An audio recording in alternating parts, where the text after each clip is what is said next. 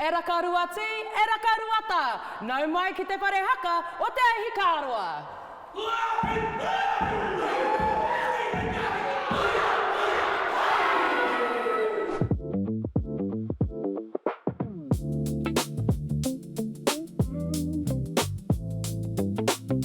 Ko te whirika o te taura takata, kei te pā o rā kai hautū e haka ana. Anei rā ko tō tātou kapa i tēnei wiki, ko te Ahikaaroa. I tīmata te Ahikaaroa i te pāpara. I te pāpara koe nei, i te runga, i te triti. I roto i te pāpara koe nei tō mātou nei, moki ana.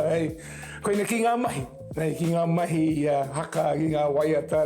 It's kept rolling on its own, and I think it's largely about the conditions that we created, which was it was never just about haka competitions. It always was about whānau coming together, eating together, laughing together, doing haka together, and that's just continued. Cheers to that. E kite ana mātou i ngā tohunga haka kua tau atu ki a koutou. Arā ko te kai tātaki wahine o te moch, te ngāwari, right? Me te kai waiata o te moch, makaira berry, e mihi ana ki a kōrua. Hoi anō, kei te tuakana e Thomas, kei te pēhea te wairua i tēnei wā. He wairua tau, te wairua o te Ahikaaroa. I tēnei wā, ai a mātou e whakangungu ana, e whakarite ana mō te kaupapa kei nui te aroaro. Heo te anora e kite atu ana i tō tātou reo, e karawhiu ana ki ngā kokonga katoa o te whare. He tohu ora tērā nā reira, Māori hihiri, wairua tau. He tohu pai te Māori tau. Ana, kia kōrero tātou mo te taira haka a te Ahikaaroa. He hanga kōrero. This is a variation, I suppose, of an expression that started in 1993. Our attempt to ensure that our reo, the mātauranga that our aunties and uncles, our taua and our paua have put forward to us. He taonga tuku iho, he reo tuku iho, he mātauranga tuku iho. It's ensuring that these treasures live on now and also moving to the future, more kauri whakaheke. I think we're just really, really lucky that our aunties and our uncles, our mums and that giving us that creative license to just go into the future. We've got to be fit, eh? Yes. Ātira tau.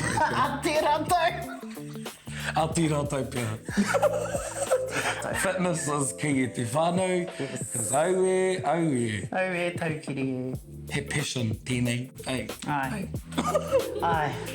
I te iwa. Hard work, some passions. Oh, yeah. Yeah.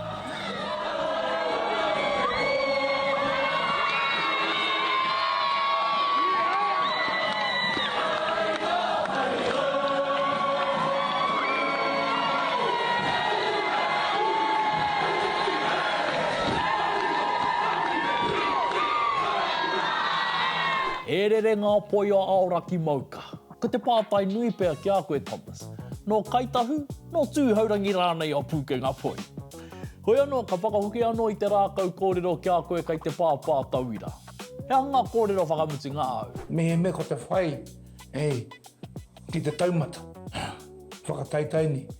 Koe nā, ko te kite atu, ngā rōpū koeke, he tino kawa, o kawa nei, i roto nei ngā mai.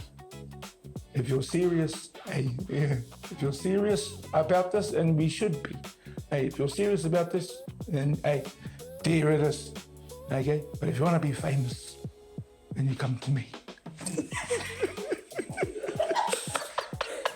Said with all humility. Said with all humility. Kei te kapa o te Ahikaaroa, nei ngā whakamānoa arere nei ki a koutou. Kau e ware te iwi, ka tū mai te whakataitai kapa haka o Waitaha Matatū, hei te mutinga o tēnei wiki. E ngā uri o tahu pōtiki, māraka māraka. And most importantly, kei a wai te nama wai o pāpa tauira. I want to be famous.